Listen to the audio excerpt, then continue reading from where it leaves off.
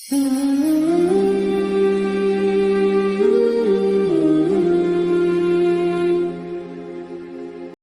جنت میں ایک ایک درخت ایسا ہے کہ اگر ایک گھوڑ سوار 100 سال تک، صحیح بخاری میں آتا ہے، 100 سال تک گھوڑے پہ بھاگتا رہے، اس کے سائے سے باہر نہیں نکل سکتا۔ یہ جناب سائز ہے ایک درخت کا، سر ایک درخت کا، تو کائنات پھر کتنی بڑی ہے۔ بخاری مسلم میں آتا ہے جو سب سے آخر میں جنت میں جائے گا نا دوزخ سے نکال کے، وہ سب سے ادنا درجے کا جنتی ہوگا، لاکھوں کروڑوں سال دوزخ میں جلے گا، جب اس کے سارے گناہ دھل جائیں گے دوزخ کے عذاب کے عوض،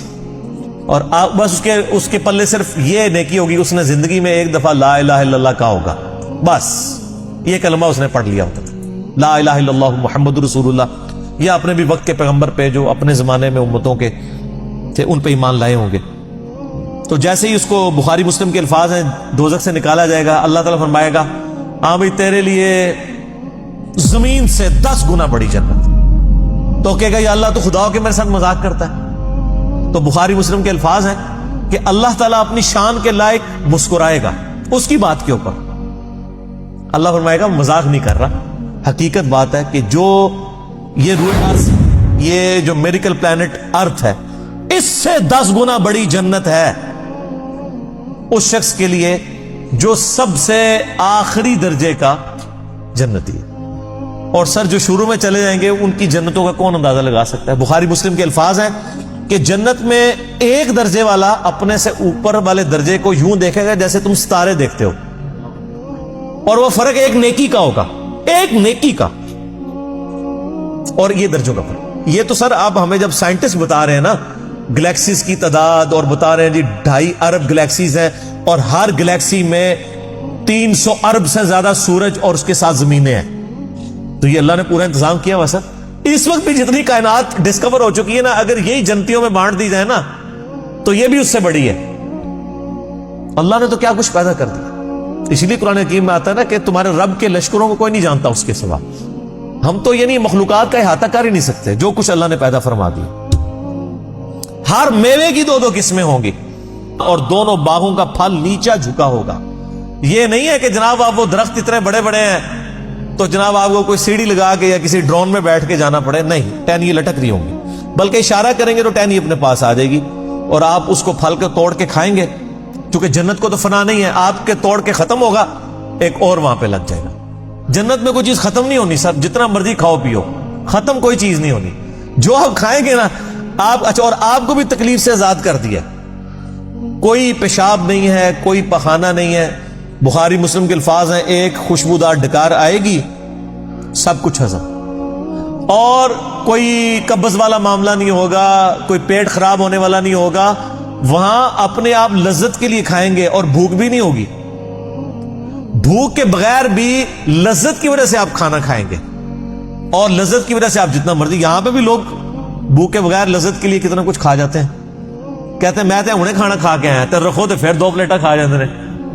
ٹھیک ہے، ادھر بھی اتنے لوگ موجود ہیں، بعض میں جو کچھ بھی بیچاروں کے ساتھ ہوتا رہے تو وہ ایک لادہ بات ہے، لیکن وہاں پہ یہ کچھ نہیں ہوگا۔ اچھا، ان آیات سے اب یہ بھی پتہ چل گیا کہ جنوں کے لیے بھی ایک جنت ہے اور انسانوں کے لیے بھی جنت ہے۔ جنوں کے لیے ظاہر ہے ان کی ریکوائرمنٹس اپنی ہیں، آپ کو پتہ ہے، صحیح بخاری میں آتا ہے، صحیح مسلم کے اندر کہ نبی علیہ السلام نے منع کیا ہے کہ آپ گوبر یا ہڈی کے ساتھ استنجا نہ کریں، کیونکہ جنوں کی خوراک ہے اس کے اندر۔ ہماری خوراک تو گوبر یا ہڈی کے اندر نہیں اللہ نے رکھی ہوئی ہے۔ تو جنوں کی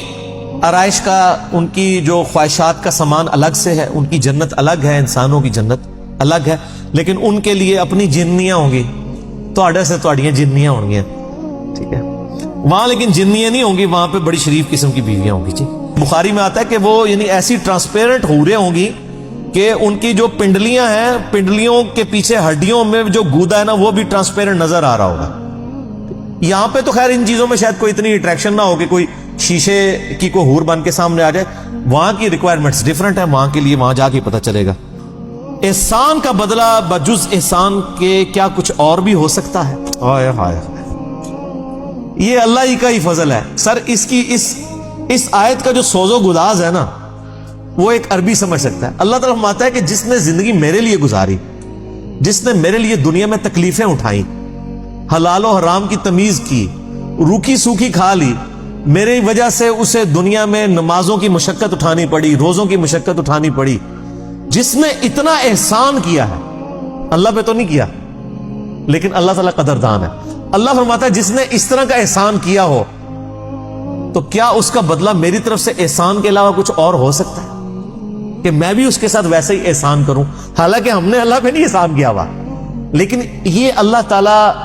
کی قدر شناسی ہے کہ وہ قدر کرتا ہے انسان کہ بتاؤ اس احسان کا، اس نیکوکاری کا بدلہ